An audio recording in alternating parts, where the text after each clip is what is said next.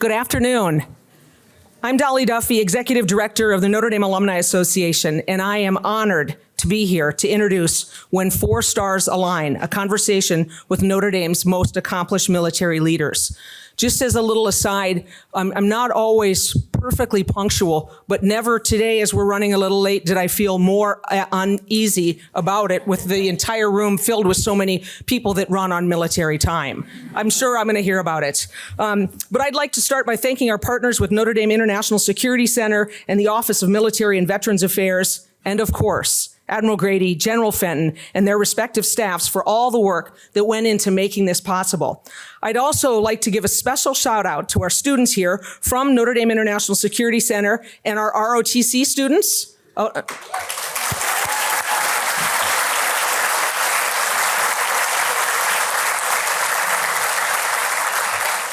You represent the next generation of our nation's military and security leaders, and I know we're in good hands. And also, members of university leadership and the Board of Trustees who are here with us this afternoon. And also, thank you for joining us today to celebrate and learn from some of our most accomplished alumni. Now, before I hand this over to our moderator, Laura McAleer, I want to tell you a little bit about Laura. She's the Associate Vice President for Federal and Washington Relations in Notre Dame's Washington office. Laura was an obvious choice to moderate this panel, not only as an alum working in our nation's capital on behalf of the university, but also because of the incredible military credentials that she brings in defense and international security, things that our two guests are well versed in. In addition, Laura has extensive previous service as a senior civilian leader at the Department of Defense, as a longtime defense policy advisor on Capitol Hill, and more than a decade as an intelligence officer in the U.S. Navy Reserve. Wow. Please join me in welcoming Laura McAleer, who will introduce our distinguished guests. Good afternoon, everyone. As Dolly shared, this is a conversation I've been so excited about ever since she first raised this idea with me as a fellow Notre Dame alum who has spent most of my career in national security. It doesn't get much more special than this. So first off, honored to introduce Admiral Chris Grady, Vice Chairman of the Joint Chiefs of Staff, our nation's second highest ranking military officer.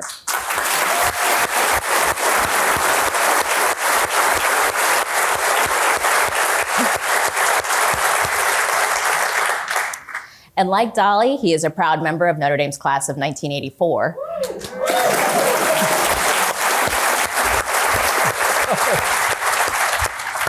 Receiving his commission through Notre Dame's Naval Reserve Officer Training Corps program. A career surface warfare officer, Admiral Grady has served our nation for almost 4 decades on multiple naval vessels, in various command assignments at home and while underway, and in increasingly impactful leadership posts. Most recently, Admiral Grady served as Commander of Fleet Forces Command. Next, General Brian Fenton, who currently serves as Commander of U.S. Special Operations Command. Notre Dame class of 1987 and commissioned into the Army his senior year. General Fenton is a career Green Beret who has deployed multiple times to Afghanistan and Iraq and participated in operations in Bosnia, Somalia, Yemen, the Philippines, and Colombia. General Fenton previously served as the Commander of Joint Special Operations Command and was a senior military advisor to multiple Secretaries of Defense.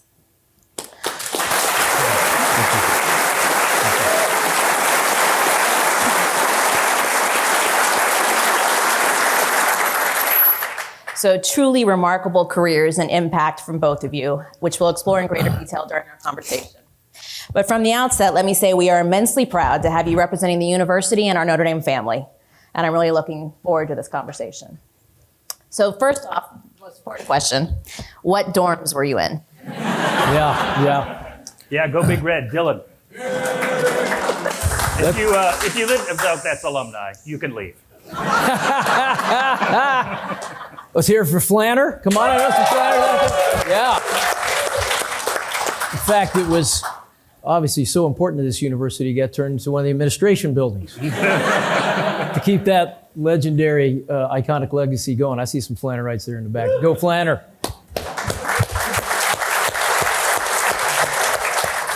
And I was Walsh Hall, so I guess I'll be partial to South Quad. But the Notre Dame pride and association runs deep in both of you, even in the years since graduation. And Notre Dame has a way about bringing out that passion.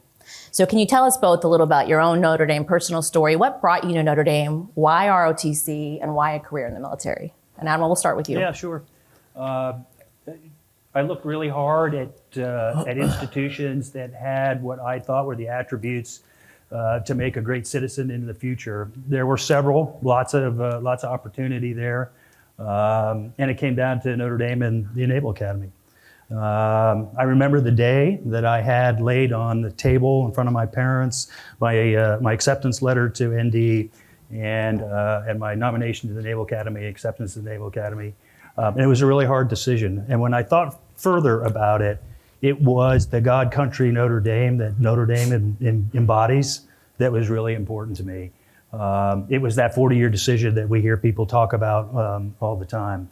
And there was one other piece of paper that was there, and it was a welcome letter from the fencing team. And that kind of put me at the top. You ask about military service. It's kind of family business for me. My son, who was a surface warfare officer as well, is a Notre Dame grad, class of 12.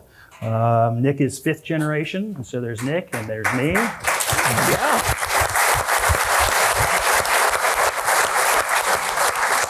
So there's Nick is a naval officer. I'm a naval officer. My grandfather my father was a naval officer. My grandfather was a Marine. We don't talk about him that much, but he was a Marine for 25 years. And then my great-great-grandfather was a lieutenant in the Spanish-American War, so 5 generations. Wow. And so that was a little bit of the family business and why I'm here today. Just a little bit of history there. Not too much. General, what about you? What brought you here? First of all, I'm just hoping I get college credit for that history class right there. I need to, hopefully nobody's looked at my grade sheet from being here. Maybe I just elevated my standing. Mine actually started with my parents and my grandparents. My grandparents on my dad's side, he's sitting here in the front row. Yep.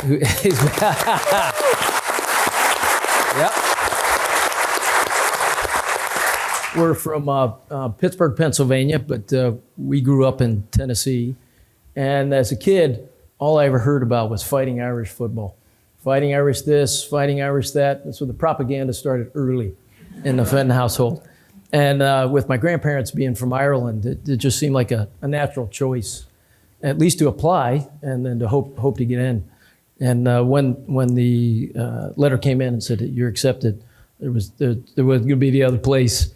And I think that as I think about it, it was the right place really for me on all counts. Great friends, some of them stand in the back that I got a chance to meet here from all over the world that I would not have had the chance if I'd have probably stayed closer to home, certainly throughout all the United States. And it just it continued the idea that this place was God country Notre Dame. What would you fight for in every piece of its being? And in military service, it transitioned into that. You can't go many places. I think we've talked about this before, where somebody, any camp, post, or station, locations overseas, who doesn't pop out and say, "Oh, did you go to Notre Dame?" Of course, yes. And then stories begin. Either they're a graduate or they're part of a Subway alumni, or they just love Notre Dame because they've heard about it really all over. So I think that brand, having Irish immigrant parents and many other things, got me to come here. And frankly, that idea about 4 years for a 40-year plus lifetime absolutely stuck. Well, and I think your story is probably similar to many of the students here today. And so I'd like to dig in a little bit more to your time here when you were on campus as students. I mean, obviously, both of you were underachievers.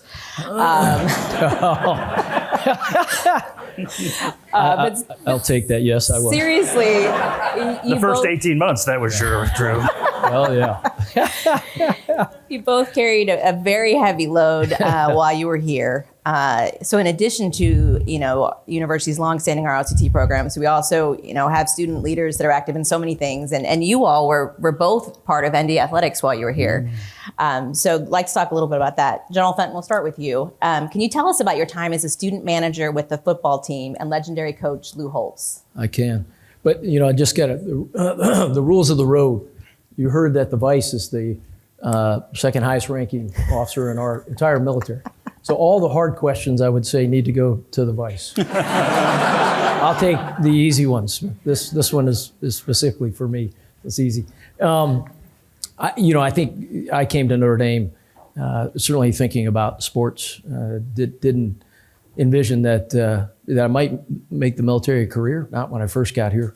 We didn't have a population lived around us in Tennessee that were heavily military, so I didn't really know a lot about the military, but I knew a lot about sports. I knew I loved sports and wanted to be part of a team. When I first got here, I was working with the basketball program, so I did a year with Digger Phelps. And in that, you certainly kind of reinforce this idea of high standards, teamwork, and what it means to be part of a team and contribute to an overall good. Moved into football, and it was my last year as a senior when Lou Holtz came. And I can tell you, I think as a student, I didn't know who Lou Holtz was at that time. Maybe I didn't know, I wasn't reading the papers or really paying attention. Because there was a point where we thought maybe Don Shula or somebody else would come after Coach Faust left. But when Coach Holtz got there, you knew after about a second that was the right guy to be here. Established record. He walked into an auditorium just like this. I mean, the stories are legendary, and I happened to be in their first meeting. And he set the standard for what Notre Dame and Notre Dame football was going to be for the next 10 years for sure. And under him, I think I took a number of things away. First, the idea that you set a high standard and help people achieve things they can't even imagine for themselves, but you knew it for them all along. Second is this idea of it has to be a perfect plan to have perfect execution. And I'd never really seen that before to the level with Coach Holtz. The guy, meticulous and a disciplinarian as well when you did meet the standard. And then third, we talk a lot about this in our military, about leadership, that people want energy.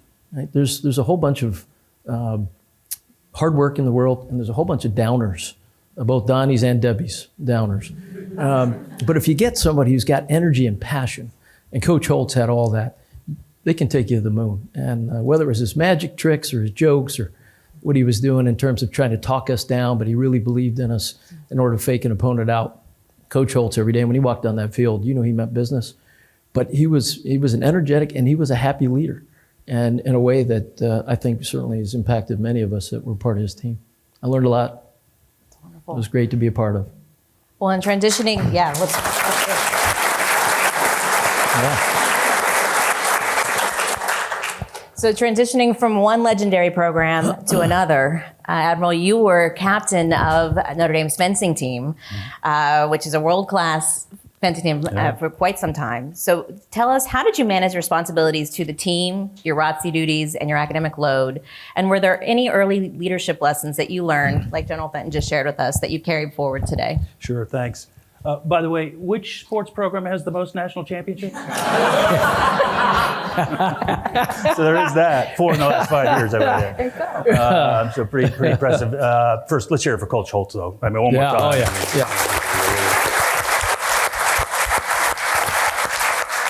So I'm a firm believer that you have to take a big place and make it smaller. And you can certainly do that with your major. You can certainly do that with ROTC, which was something that was really important to what I was doing. And you can do it with other things that you choose to do. That happened to be fencing for me going forward. I'm going to talk about another legend, and that's legendary coach Mike DiCicco. Oh, yeah. And if you've been around Notre Dame long enough, you know whom I'm speaking about. Just an incredible guy. I would sum up his mantra, his theory of the fight, as culture of excellence. And in that, he would impart to us that you will be more prepared than anyone else. You will have a plan and go out and execute it. He would say, if you were having a tough match, he'd pull you aside, he'd call timeout, and he'd say, take your mask off. And they'd take it off, and he'd be whispering, and he'd be fuddling with the hookup, right? Because that was, he wasn't supposed to coach. So he was just fuddling with the hookup, and he goes, what is your plan? And then you tell him, and he said, then go do it. And then the final thing was people, right? And even though it's an individual sport, Notre Dame fencing is so successful because of the depth of the bench and a recognition that it's all about the people that you serve with. I took that with me, this idea of a culture of excellence that Mike DiCicco imparted on me. I wasn't the best fencer on the team by far. It was a team of Olympians. I would guess you would call me a walk-on, and then I got my monograms, sophomore, junior, and senior year. There were people who were way better than I was, but somehow they voted me to be the captain.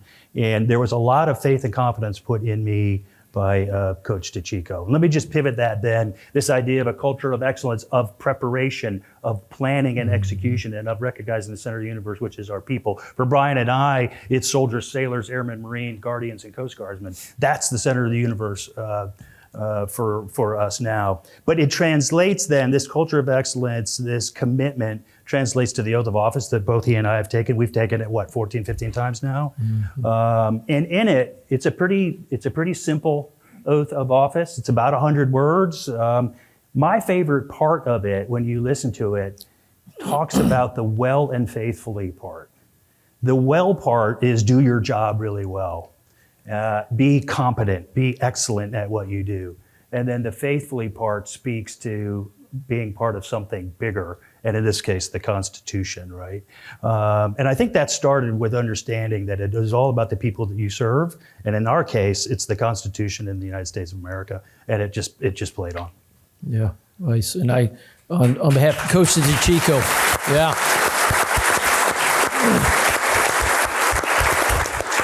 If there was a peer on this campus for Coach Holtz, it was Coach DeCicco. It probably was. And, it was, and we saw him quite a bit. Those two together, they demonstrated for this campus excellence. Each about 5 foot nothing, too. Yeah. But forces like of tiny but mighty. Tiny Yeah. but mighty.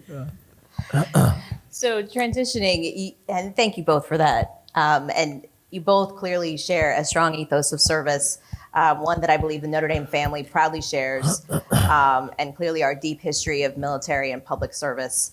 Both of you have children who attended Notre Dame, and also graduates who are now serving in our nation's military. That strong tradition and culture of service is also visible and present with the many students we have in the room here today, many of whom are preparing for their own careers. Yeah.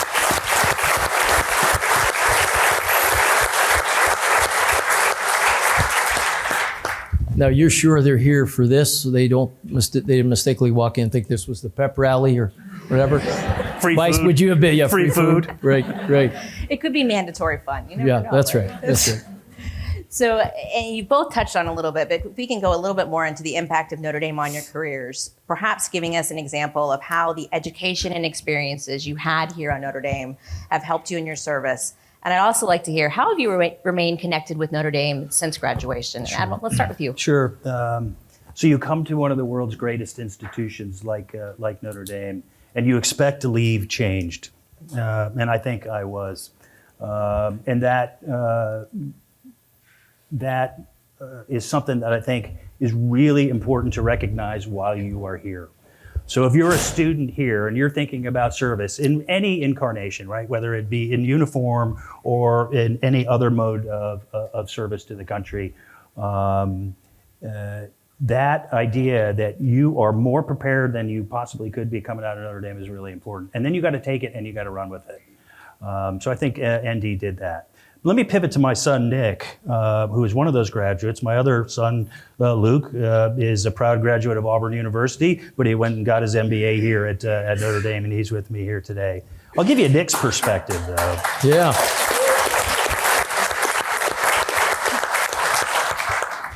My youngest son went to Texas, so don't call me on Saturday. So, just kind of carry on where we were going. Nick said this. He got out to the fleet, and he said, I got out there, and it's kind of intimidating when you get out to the fleet. You have all these kind of hardened, salty sailors. You have chief petty officers who really know their business. You've got folks from the academy and officer candidate school. And he realized right away that he was as prepared as anybody else when he walked on board. And he said to himself, you know what? I'm not going to be that ensign or that second lieutenant who takes a couple of years to figure it out, right? He said, and these are his words, not mine. He said, I figure it took me about 5 months. I gave myself about 5 months to be the best I possibly could be. It takes you longer to get a qualification, your wings or whatever. But when you walk aboard, you got about 5 months, and then nobody should give you a pass after that, right? And so he ran really hard with that. I think Notre Dame teaches you that. It teaches you to rely on everything that you learned here from your colleagues, from whatever else you're doing, from the professors. And he did that. And he, I would say, was a way better young ensign than I was, because he was the kind where the captain had to say, no, stop, slow down, come back, kind of reel him in. And that's what I would implore all of you to do. You get about 5 months, and then you better know your job, right? No matter what you're doing. I get it, experience matters, but you get about 5 months, and then you better be the best at it. And what does that take? That just takes preparation and hard work. Anybody can do that. Work on your qualification, whatever it is, but you better have it figured out in about 5 or 6 months. No one's going to give you a pass, not now. So I stay connected in various ways, but I think there's one formal way that I take great pride in, and that is the Navy assigns mentorship to the unit. And so since I put on flag officer in 2010, I've been able to come back every single year and meet with the unit. I'll get back in the spring of this year for this class. Yeah, I can stand up in front and give the long lecture, and so for the battalion and now I do a joint, right? So now I get all of them, right? Because I'm joint now. So yeah, you'll have to sit through one of my boring lectures. I promise they're not. But then I get an opportunity to meet with those first class midshipmen or the senior second lieutenants are heading out, and we talk about leadership. And I've been able to do that now for coming up on 14 years. That's allowed me to pass on stuff that I did well and stuff that I didn't do so well, and then keep a connection to the force and the fleet into the future. Yeah. General Flint, what about you? Yeah. So the first one, I'm probably being a little cheeky here.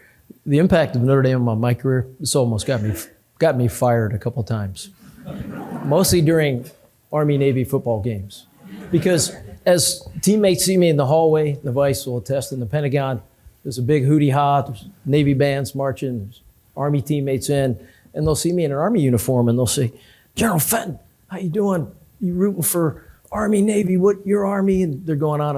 And I just stare at them for a minute and I said, look, I don't watch high school football, okay? I went to Notre Dame.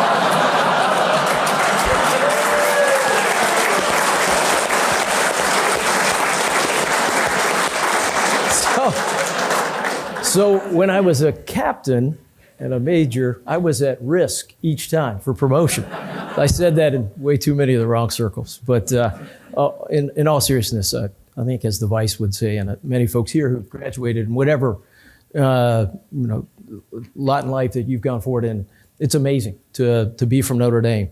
Probably the brand itself, folks know Notre Dame, they know what it's all about. They know it's got a commitment to service and things that are bigger than itself, driving folks to be better than they could have ever imagined. I know in the Vice and we've talked about it. I experienced that here. That has an impact when you go out to your formation or to any position you are in life, to your job, your company. It's a really big deal. And folks will ask you, and they have high standards for Notre Dame. So there's two parts going on. You have your internal pressure from everything you've been taught, the responsibility that's, as I like to say, in your backpack from this place and what it means. And then folks who are looking at you who may not and have not been from Notre Dame, but they know what the Notre Dame brand is on all fronts. National champions in many, many sports, national champions in the Tri-Mil team here. I know all the detachments with the Army, Navy, Air Force, the Marines win a number of awards each and every day. Notre Dame's impact in the social space, on and on. There's world and national championships that come from here. There's a lot of pressure. That's a good thing. You'd really want it no other way. So I think that's been an impact as I've gone on into my career to understand that this idea that you can raise the standard and people will meet it. You can talk about doing what's right, being courageous and stepping out, and people will do it. And then all the other lessons you might have had based on what your experience was here, they all come into play. And I think folks are always excited. I teasingly say that saying you're from Notre Dame is like you're saying you've been born and raised in Hawaii. you always get a smile on people's face. If they've asked me in the past, where are you from? And I'll say, Seymour, Tennessee. And they're sitting next to me on an airplane. They're like, oh, that's great. Right? When I had 6 years in Hawaii, I'd be in an airplane, I'd be flying somewhere. And where are you from? Oh, I'm from Hawaii. What? Hawaii? I always wanted to go to Hawaii. I didn't get that same response when it was Seymour, Tennessee. You say you're from Notre Dame. Notre Dame? There it goes. And I think everybody in this room knows the stories are legendary. They may go all the way back to somebody's grandparents, sisters, aunties, uncles, cousins, brothers, and sisters. It's a powerful impact and a really unique responsibility. And in terms of certainly our family, two Fenton sisters on the front row here, looking at me way too intently, thinking I'm going to dime them out. Yeah. One's it's a third graduated. vector of pressure. That's it. This is more pressure than serving the SecDef. I can tell you that right now. True that. Yeah. I think a family tradition that they can speak to way better than I. But one's graduated, is in the military, and another one's in ROTC. Cece's here currently as a senior in Nord, graduated a while ago, and has come back. She came back specifically to do PT with the cadets today, and then her plane was delayed in Chicago, and all the cadets were, where is she? I said, she missed movement. So you should write her up for a counseling statement. And staying connected has been a privilege. I've had an opportunity to be connected with the Monogram Club board and serve in that capacity in the way that only Notre Dame can do with groups just like that. Fantastic. Also the ROTC detachment, I think as soon as I had an opportunity to come back and see the Army detachment in the beginning, now that I'm joint, I love all my children equally, Army, Navy, Air Force, Marines, Guardians, and Coast Guard. And to talk to the Army in the very beginning about what I was seeing as a student who had left here and had an opportunity to be out in the big wide world. And now, like the Vice, I had opportunities to talk to the tri-service, get a sense of what it means to be in your military, what you'll face, and certainly the things that we've seen over the course of a career. It's an honor, it's a privilege. So anytime, any chance, we're eager, and I'll come back and have been back. Hey, and looking forward to it. He's being way too humble. So he is actively involved in many, many ways. And that's why we're giving him the Corby Award this weekend. Well,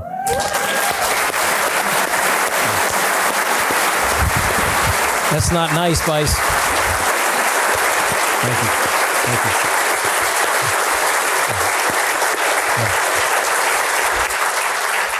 That's not nice, Vice. That's not nice. So a fun question. We talked about the Notre Dame family being one of the largest families in the world, and just seeing where your careers have taken you. Where's the most unique place you've run into a member of the Notre Dame family? Either one of you.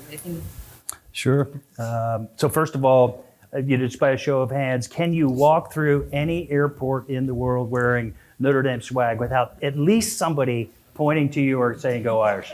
Yes or no? Yes? Yeah, very true.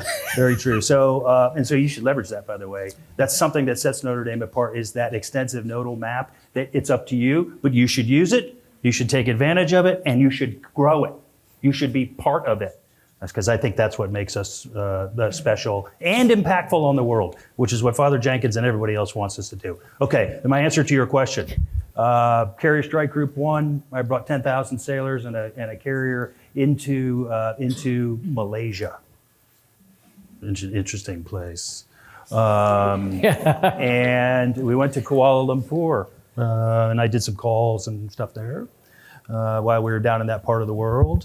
And lo and behold, there was a game watch in downtown Kuala Lumpur. And I never would have expected that. And there were 40 rabid Notre Dame fans. It's all because of Dolly and the Alumni Association. Well, yeah. How about a round of applause for Dolly and the Alumni Association? Yeah. So even in that part of the world, whether Malaysia, Kuala Lumpur, wherever it could be, the ND is there. I was going to say Linebacker Lounge or Brothers. Isn't that? No, okay. I as I thought about this, and listening to the Vice, I have more almost everywhere I go is a unique adventure outside the United States where there are Notre Dame fans. India, I didn't think I would expect it there in Delhi. Folks who see me in a Notre Dame attire, probably after passing through an airport, asking about Notre Dame, some type of connection, and many other places in the world. But I think every camp, post, and station in places, Afghanistan and Iraq, where we have service members, you'll find a Notre Dame banner. It's out there for football, game days, and something that's going on in the spring, St. Patrick's Day for sure. We know where they are. So it's everywhere. And it's been a really unique experience. To the Vice's point, the brand, the network, and where folks, you find Notre Damers, the Notre Dame brand is global. So I do have one more for you, which is kind of interesting. It gets to global politics. So when I was the Sixth Fleet Commander in Italy, I gave a speech to Notre Dame Security Institute, and in Rome. So I drove up from Naples, and I went in. We gave the speech, and as I was giving the speech, I looked out, and there was a big crowd of ND folks there, and I looked out in the audience, and there was the Chinese attaché, and the Russian attaché, and the Iranian attaché. So I just tried to push Go Irish on those guys too. Did you teach them the fight song? Yeah.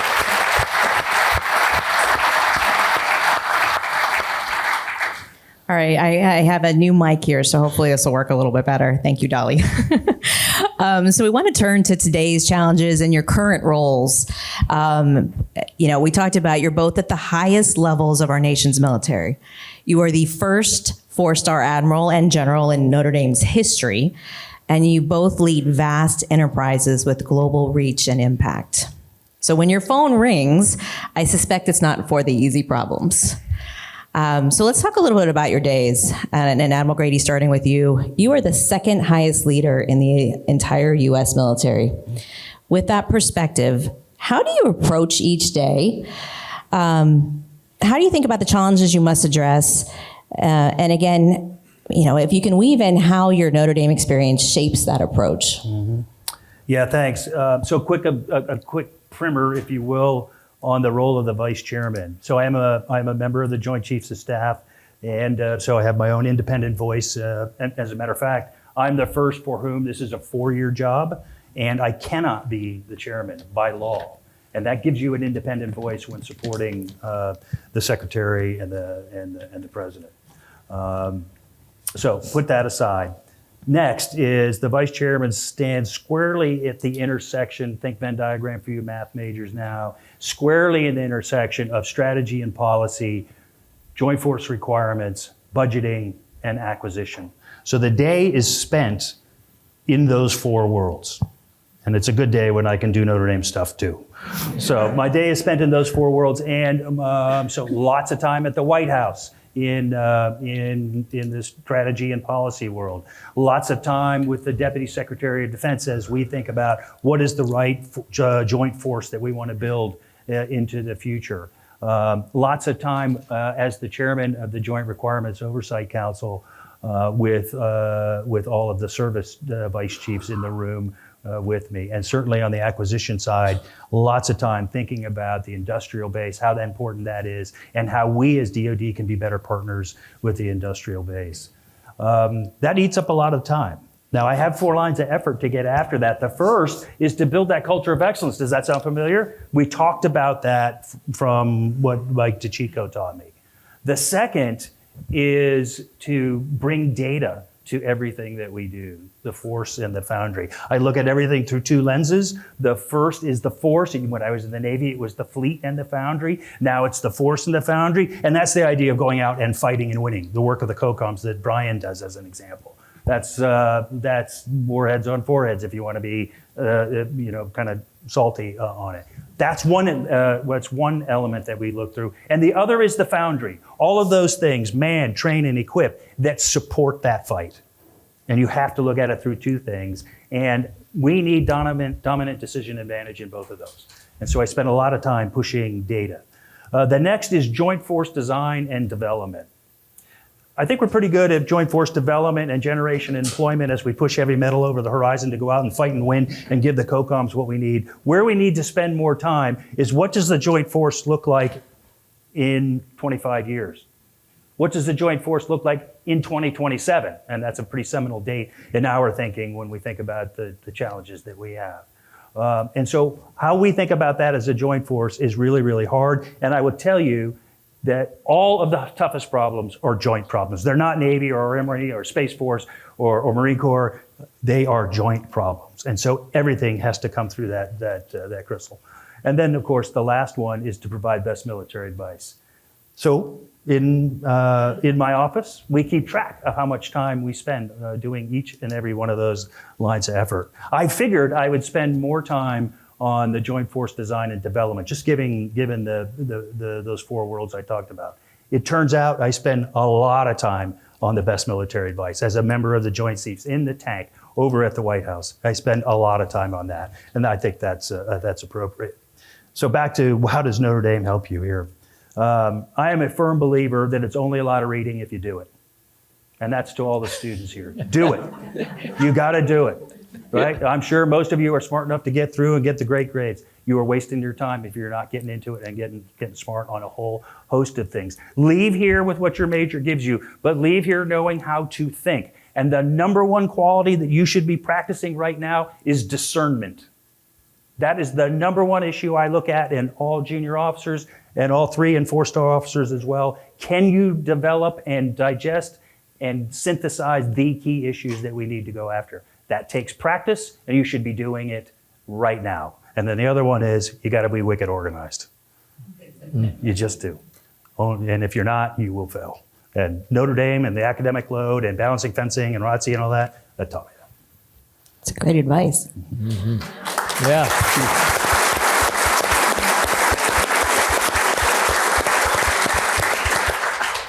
So General Fenton, turning to you, as leader of the high-performing team of Special Operations, you are often looked to for the most demanding missions, the quickest response in crisis, and for deterrence and shaping all over the globe.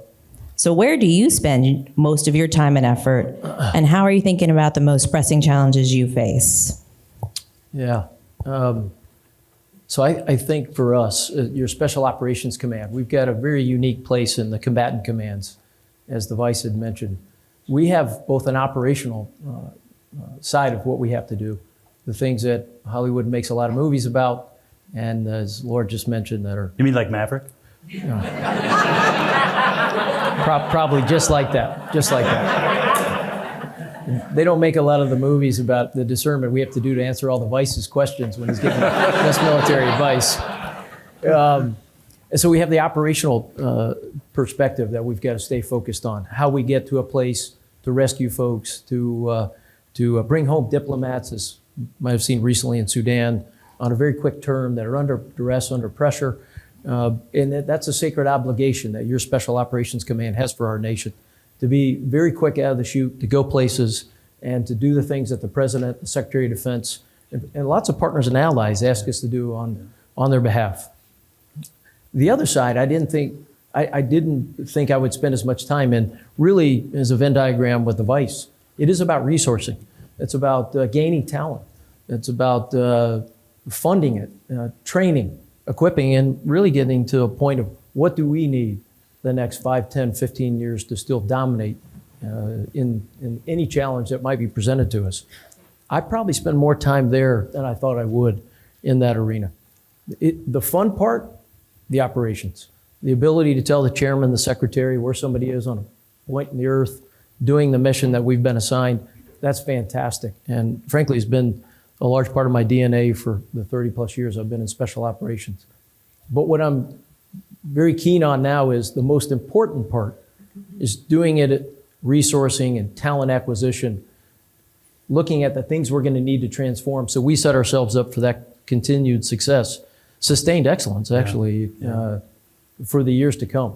And I spent a ton of time there. So if I had to look at it, it's probably a 30% operations and 70% on the man, train, equip, organize, budget. Communicate with Congress, give our intent, be transparent with the American people about what your Special Operations Command is doing, is not doing, what the great work that the people in our formation do each and every day. And I spend a lot more time doing that. Now, every once in a while I get a chance to go out and just see ops. So for the last 13 days, I can ask my team here, they were here with us. We had an opportunity to go into Europe and look at what our special operators are doing in support of the Ukraine effort. Fantastic. And I got to deep dive into things I really love. But the things I took away were the things we needed to do in transformation, artificial intelligence, and all the types of technology to make it possible that we continue to do that, do it even better in the future. So it's about a 30-70 split. Yeah. Well, we thank you both for your leadership, and I think are just in awe of what your days must look like. And I'm going to do one final question here because I'm very mindful we have some awesome students that already have really great questions prepared. But as we transition to that and really following up with what you were just talking about, General Fenton, I invite both of you to comment on the state of readiness of today's military. And we can look at just the news in Washington right now. Obviously, those of us in the Beltway tracking the hold on nominations and the backlog of that. Many of us are also watching what could be a potential government shutdown next week. And that doesn't even begin to look at the many challenges that we have around the world. So if you could wrap us up here in this portion of it by commenting on that, Admiral Gregory, what is the state of our military? What are your big concerns? Yeah, thanks. So if you take the time to read the National Military Strategy, it's unclassified, you can do that. There's an element in it called, a concept in it that's called strategic discipline. And that strategic discipline, in brief, discernment, is the balancing of current readiness with future readiness, right? What do we need to fight and win right now? What do the COCOMs need or the combatant commanders around the world need to fight and win right now? And back to the resourcing and the requirements, what do we need to fight and win and transform into the future? That is a very strong tension. It's largely creative tension that we resolve in the tank, but we spend a lot of time on that. And I feel very comfortable with where we are. Bottom line is I feel very comfortable with the trajectory of both of those arcs where we're going. I'd like to be able to go faster, just given the pace of potential adversaries. But I think we're on a good glide slope. We are the most ready and lethal force the world has ever known. More lethal and more ready than when you and I came in. Yes, Absolutely. we are more Absolutely. ready and more lethal than we ever have been. I know that because I too, not as much as Brian, but every once in a while I get to achieve escape velocity and get out of the Pentagon and meet with down on the flight line or out in the field or in the fleet. And I know what I see, and that is we are ready. There are challenges, to be sure. But when I talk to soldiers and sailors and airmen and Marine and Guardians and Coast Guardsmen, they would say to anyone who says, you're not ready, you're not lethal, you cannot go out and fight and win, they would say, okay, well, meet me in the Atlantic and I'll tell you. Or meet me in the Pacific. You'll hear a lot about how we are not, that we are spending time on things that are not important. I'll just throw it out there, the elephant in the room. You'll hear it said that we're woke. You'll hear people talk about our recruiting challenges and our recruiting challenges that say people don't join because this narrative that you will be broken somehow if you come into the service. Let me tell you why I know both of those are wrong. This is not a firmly held opinion. This is factual data. So you can look at recruiting, and we are certainly challenged there. We're going to miss in at least 3 of the services. My Marine friends, greatest brand in the world, second only to Notre Dame. They will always make it. Yeah, you bet it.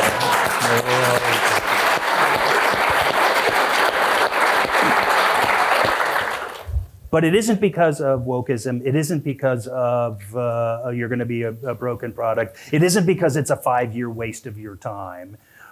It's because it's a competitive environment out there. You talked about it, a war for talent.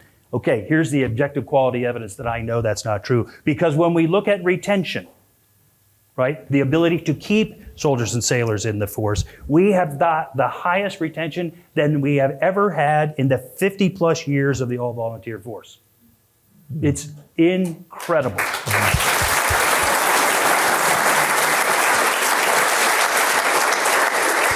So if we were woke, or if we were broken, or if we were anything other than the most lethal warfighting force in the world, people will not stay. The mission would not grab them. The mission does, and we keep them. And we just need to get them in the door to show them how important this is. 2 other comments, and then I'll kick it over to Brian. Government shutdowns and continuing resolutions are bad.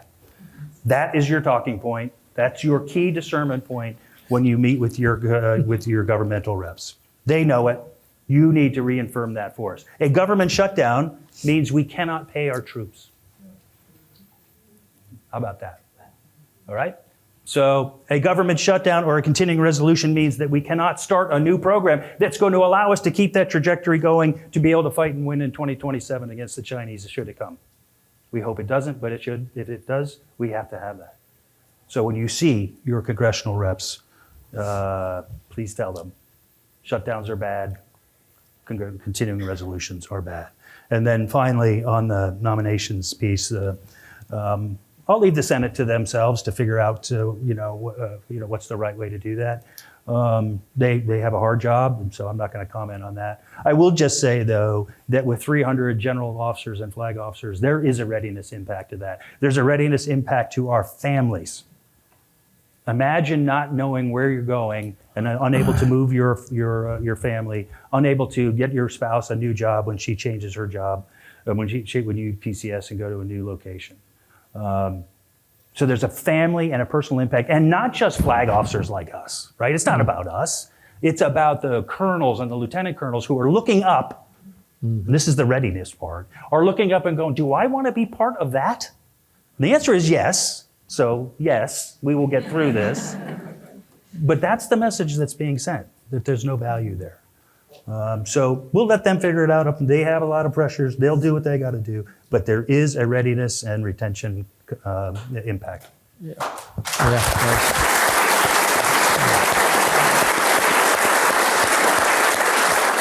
Yeah, I'll echo. So there was a lot to unpack there, but I'll echo some of the Vice's comments. First, on the impact of flag officers being held up. For folks that are not in the military and you're in business, the absence of CEOs and COOs and chief financial officers aplenty in organizations. I assess, I've never done anything in the business world. I was load Coke trucks and mowed golf course grass before I came in the Army, but I got to believe that would be a huge impact. Somebody who gives vision, somebody who lays out some tactile execution for an organization, somebody who thinks about resourcing, someone who motivates an organization to achieve whatever objective, that's impact. And we're seeing it in the way that the Vice just mentioned. And then on the family side, just echo again, the idea that there's already enough uncertainties and at times unfocused anxiety in our military with our orders process and where folks might sign up for a school or work to get that one last letter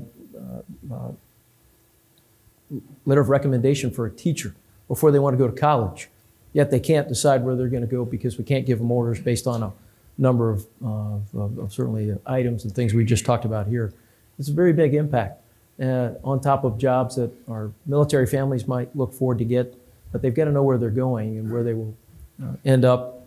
And even just getting something as simple as when do we move our household goods and pack all these things up for the 13th or 14th. Many folks have probably done 20 moves. Not unknown to everybody in this room if you've done any type of profession, but an impact when we're in a bit of suspended animation. So I'll just add to the Vice's comments on that. The second one on the continuing resolution. For a number of you, you hear quite often about the military being a very trusted institution and one of the most trusted in the nation. But there's been a study or two out there that I've gotten a hold of lately, and it says actually the most trusted institution in our nation is small business, the military being second. And in Special Operations Command, continuing resolutions really hit us hard because we do a lot of work with small business.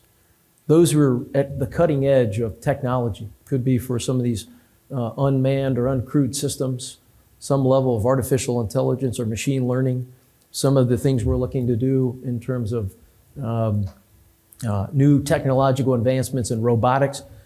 More often than not, those come from very small companies, sometimes startups. that do very unique work that your Special Operations Command is very interested in. When we have a continuing resolution, we can't do any work with them. And they also happen to be small businesses. And by default, things then really have second and third order consequence. So when we talk about the continuing resolution, it absolutely hurts the whole department in a number of ways, as the Vice just mentioned. But for Special Operations Command, who deals in, I would call them the itty bitties, the startups, the brand new, futuristic, it is got some second and third order consequences that are magnified, I think, in a really big way. What I would say about your military, to add to Chris's comments, your Special Operations is the best in the history of the world. It is, admittedly, conflict of interest as the SOCOM commander. Guilty as charged. But it is the best in the history of the world. What we can do through all of our teammates, and our teammates in the Special Operations Command, 70,000 Army, Navy, Air Force, Marines, and Space Guardians that we've just brought aboard, do the most exquisite, incredible things. Many of are written about in books and movies, probably way too much, but they do it to defend this nation and to ensure that we're carrying out to the fulsome level of our duties the tasks that we have from the President and the Secretary of Defense. And they are incredible. They will not let you down. Our job each and every day is to win for this nation. I think when we look at retention, on top of the 50-year high for the all-volunteer force, it's extremely high in Special Operations Command.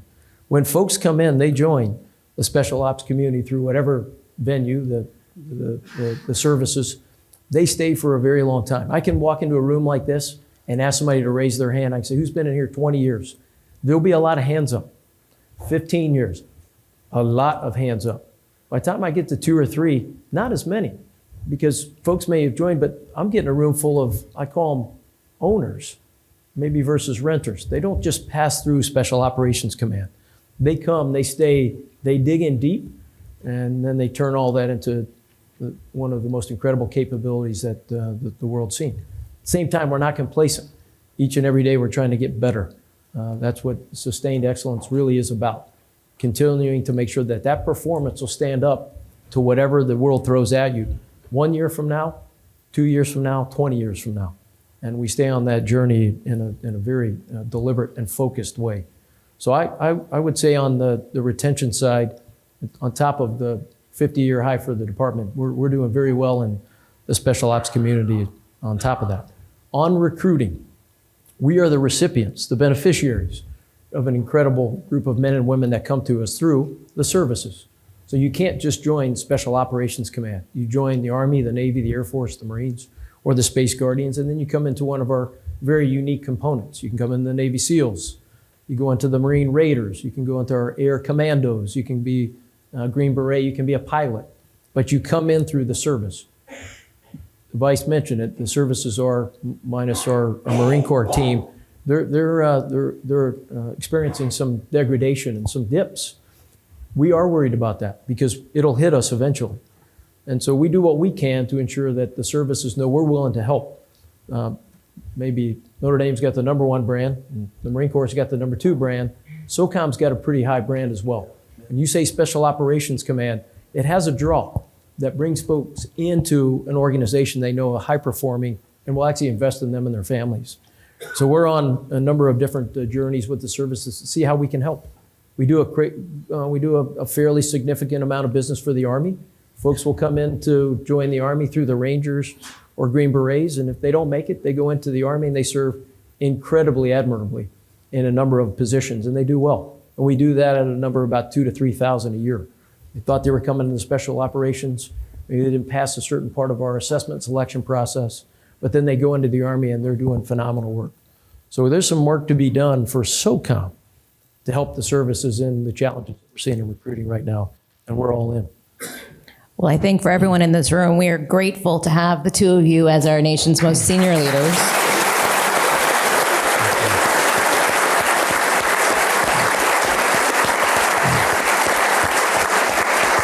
Can I just make a comment? Sure.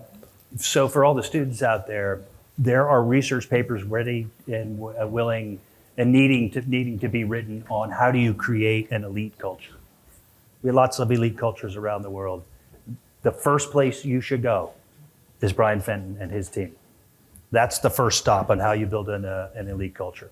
And Notre Dame is part of that. And I got to get this out. No Notre Dame Marine option has ever gone to the basic school and failed.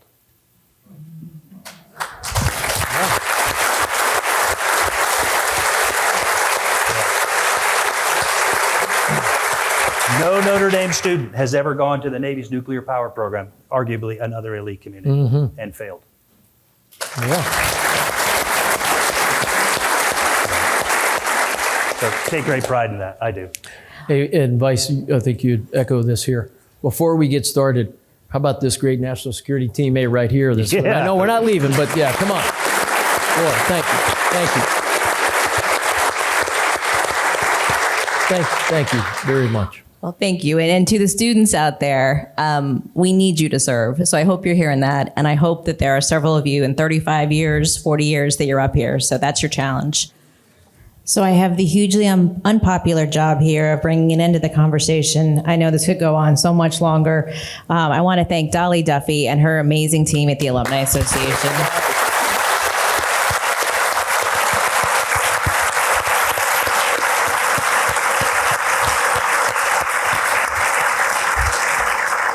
And also to Mike Desch and the Notre Dame International Security Center.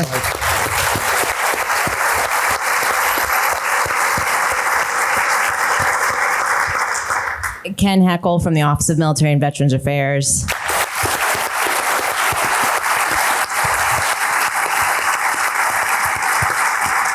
And I have to say they're incredible teams who have worked really hard on this with your teams that just are unmatched at the attention to detail and just kind. And then to our... Sure you got a lot of help. Here we go. Yeah.